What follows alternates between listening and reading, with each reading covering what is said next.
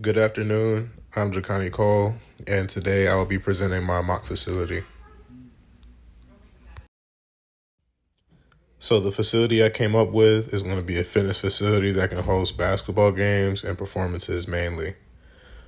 It's going to be located in Seattle, Washington, and the name of the facility will be Starbucks Arena. The basketball games and the concerts won't be the only attractions, but they'll be the main attraction. But it could also be used for things like tournaments or any other large scale like sports event that would require a basketball court of some sort and maybe even some practices. It just has to all fall in line, with the scheduling of the home games for the Sonics. You may be wondering why I chose the city of Seattle, and it's because the people of this city, I feel like they deserve to have their basketball team back. In the 90s, the Seattle Supersonics were a very popular team with a lot of fans. But in 2008, they took a new name and they moved to Oklahoma City. And now they're known as the Oklahoma City Thunder. That's what the franchise is now. But the Supersonics, they had a ton of fans in and out of the city. In the picture is Gary Payton and Sean Kemp. Those are some of the most memorable players that played for the Sonics. Later on, you had people like Ray Allen and Rashard Lewis, and they even had Kevin Durant as a rookie.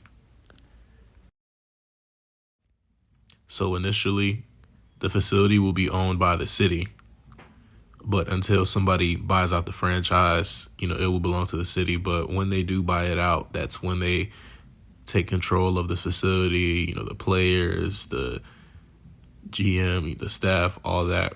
And the person that I had in mind to take on that role is Bill Gates. And it's because he has the funds to do it. He's very rich. And what a lot of people don't know, even I didn't know this until recently, he's actually from Seattle, so it would make sense. Another person I had in mind was Russell Wilson. He plays for the football team, the Seahawks. And Aaron Rodgers did something similar. He plays for the Green Bay Packers, and he has part ownership of the Milwaukee Bucks. So that would be cool if Russell Wilson did it too. But I felt like the safer choice here was Bill Gates because of how much money he has. He could just straight up buy the franchise. As for the mission statement, it'll be just like any other mission statement that you see from any sports arena, sports facility.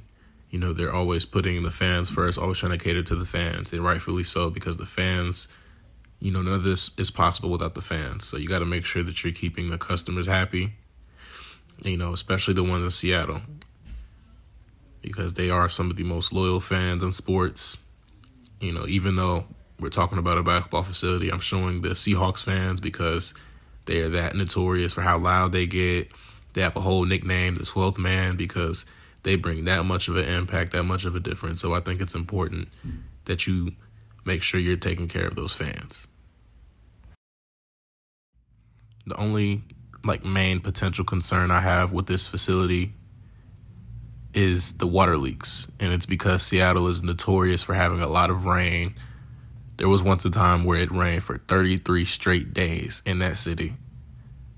So it's definitely going to be a concern with other facilities. I know there's been a ton of water leaks in other buildings in that city. So it's definitely something to watch out for. I'd say the best solution would just be to make sure that the flooring, ceiling, and the seams are tightly secured when that facility is under construction, so the water leaks don't happen as much. Because I'm not really sure that you can just stop that altogether. It's bound to happen, but just minimize how much it happens. For the scheduling and booking, for the most part, at least during the NBA season, the facility will be booked up, for all the home games and whatever concerts are going on. Seattle is a big city, an attractive city at that, so there are going to be a lot of artists that want to go on tour and visit Seattle and perform there, and that's fine. So a lot of that, a lot of the booking is going to go to the performances and the home games for when the NBA team is playing. But also, like mentioned before, whenever the games aren't going on, whenever the concerts aren't going on, there can definitely be, tournaments there, maybe even every once in a while, open gym, things like that, as long as it doesn't interfere with the team or big time events. There can be other things that the facility can be booked for as well. I think the revenue here is a no-brainer. A lot of the revenue is going to come from the basketball games during the season. The comeback of the Supersonics is something that has been highly anticipated, and I expect the arena to be sold out for almost every game, at least in their first season back. And it could vary depending on the players that they get, because the Supersonics would have to be an expansion team, meaning they wouldn't get the best players in the draft. But depending on who they get, they could be marketable enough to where they bring in that much people. And also the concerts that happen, they'll bring in a lot of revenue as well. So I expect this facility to bring in a lot of money. As for the ticket management, I think it just makes sense to just go ahead and just make everything online. People aren't really buying tickets in person anymore. So they'll be sold exclusively from the official team website, SeatGeek, StubHub, Game Time, TickPick, or there are other ticket buying apps, but as long as you're buying them online, you should be good. Like I mentioned in a previous slide, the return of the Supersonics will be highly anticipated. The people of Seattle will definitely flood that arena. And the average capacity for an NBA arena is around 19,000 seats. But this isn't going to be just your average team. So it'll have to be closer to 21,000 as far as the seating. And then with the pandemic still going on, it's died down a bit, but there's still going to be masks required in the building. So sponsorship. So each NBA team is sponsoring a certain company on their jerseys now. For example, I said the Warriors in the slide, but another one would be the New Orleans Pelicans. They have the Zetarians, the Cajun rice, which makes sense with them being in New Orleans. I feel like Xbox will be a great sponsor for the team because Bill Gates is the owner, and it just makes sense. And then the naming rights to the arena goes to Starbucks because it's the most, forget it being a big time coffee shop, the most popular one in the world, but it's also just in general one of the most popular companies in the world. So I think it'll be big time for the arena to be sponsored by Starbucks.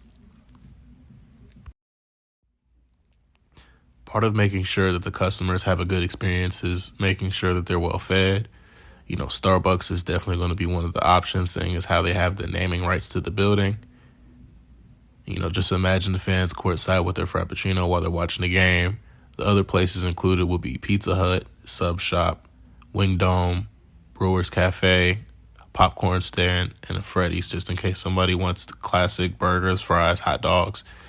The type of stuff that they always sell at games. They got shakes as well. Last but not least, you have the marketing aspect. Marketing this arena, I don't think it'll be very hard. It'll be a very good looking arena. The Supersonics are a very marketable franchise. Since they're an old franchise that's coming back and one that people actually like, it'll be a lot easier, to sell like retro merchandise, throwback. People love nostalgia. And I feel like the biggest target market will be people that were like 90s and early 2000s kids, because those are the people that are going to appreciate this the most. So they're definitely marketable to the right audience. The facility, the team, everything.